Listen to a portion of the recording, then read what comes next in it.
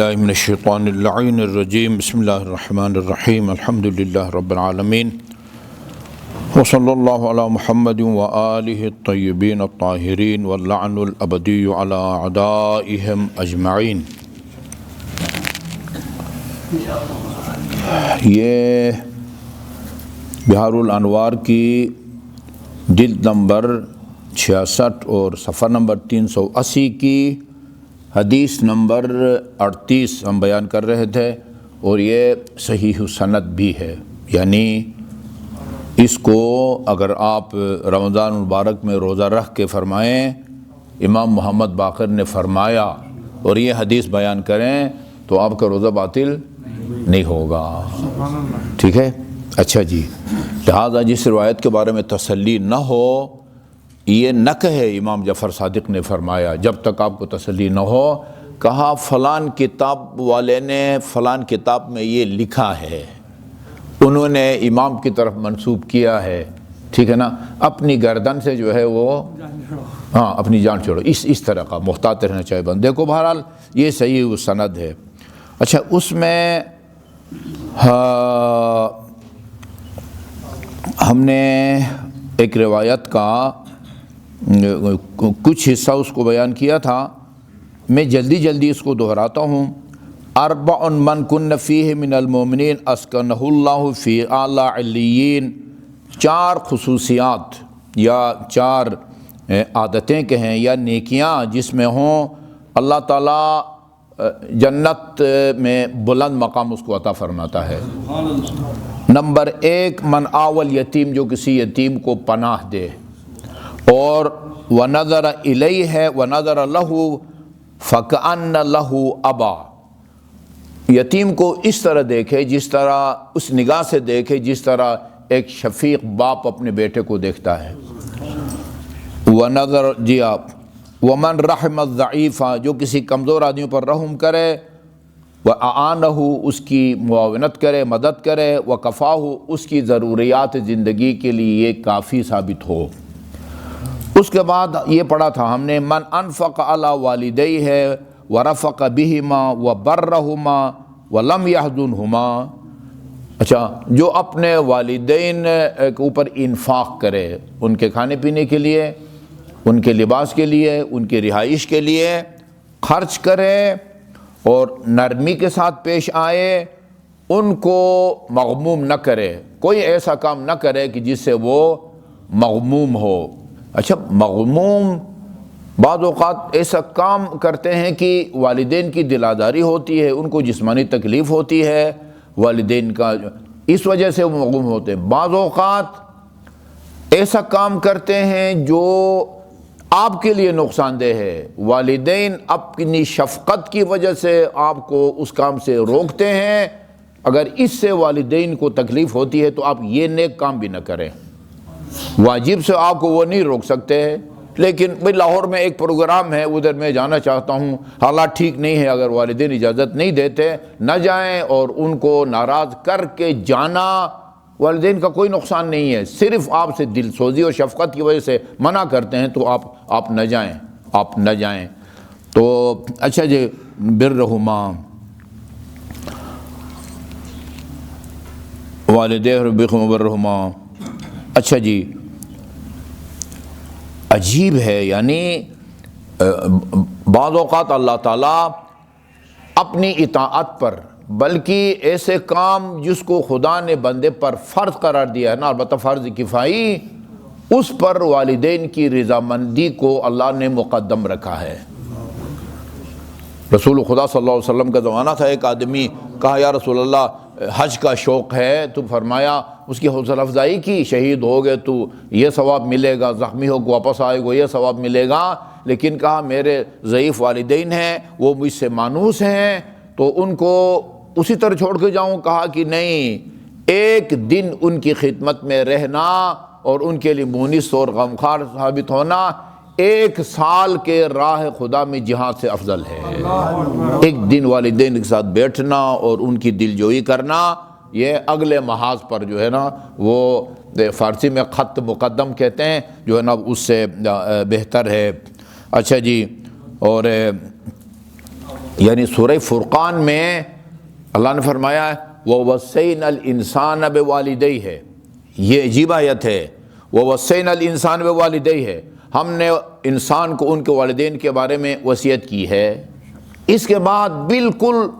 جو ہے نا جیسے کہتے ہیں بریکنگ نیوز کے طور پر حملتہ امہ وہنا علی وہن، اچھا کس بات کی وصیت کی ہے ابھی وہ نہیں بیان کیا،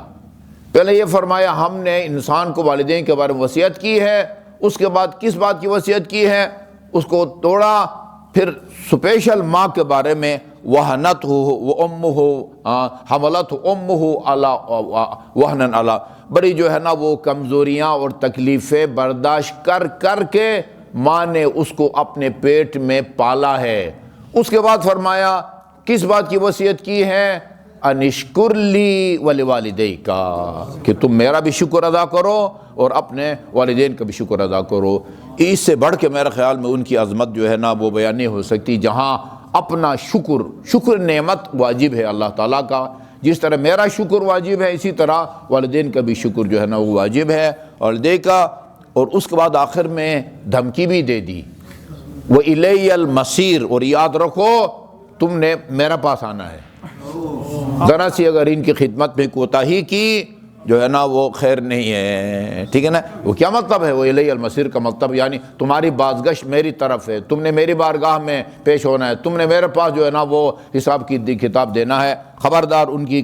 خدمت میں کوئی کوتاہی نہ ہونے پائے۔ اچھا جی وَلَمْ يَخْرُقْ بِمَمْلُوكِهِ،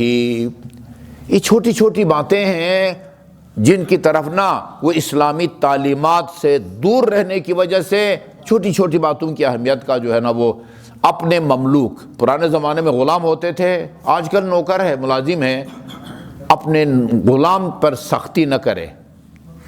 یعنی یہ وہ اعمال ہے جن کی وجہ سے اللہ تعالیٰ روز قیامت بلند درجات جو ہے نا جو الفاظ ہوئے ہیں نا وہ اعلیٰ علیین میں اوپر سب سے آخری منزل میں جو ہے نا وہ کہتے ہیں ادھر جو ہے نا وال کا کلاک ٹاور، کیا کہتے ہیں اس کو،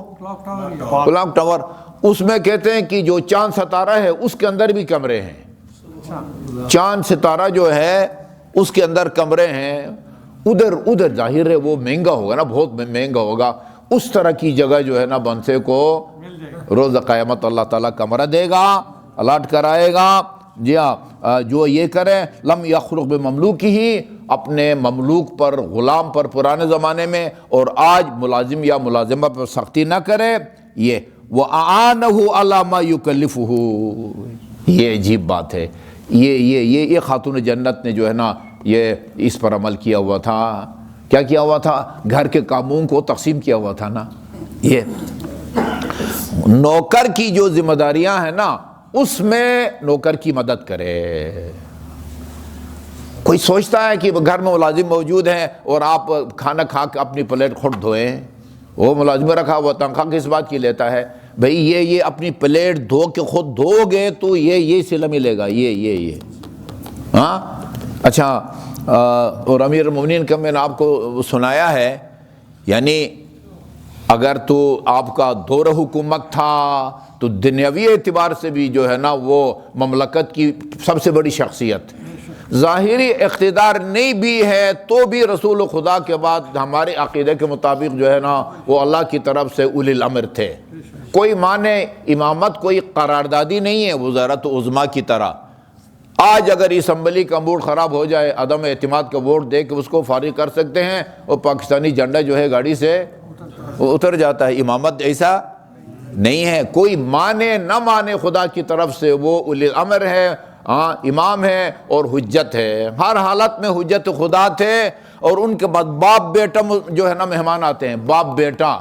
جب کھانے سے فارغ ہوئے جو ہے نا وہ قمبر برتن پانی تولیہ لے کے جب آیا، لکھا ہوا ہے فوثب علی علیہ الصلوۃ والسلام، امیر المومنین جو ہے نا وہ لپ کے اور کہا کہ تم پیچھے ہٹو، میں اس کا جو ہے نا باپ کا ہاتھ دھلاؤں گا، اللہ اکبر، جی میں بات بھی دلاؤں گا۔ اس نے کہا مولا یہ خدا کے سامنے میں اپنے ہاتھ آگے کروں اور امیر المومنین یا حجت خدا جو ہے نا وہ رسول خدا کے بعد کائنات میں جو سب سے افضل ہے اس سے میں اپنے ہاتھ دھلواؤں؟ فرمایا کیا فرق ہے مجھ میں اور تم میں؟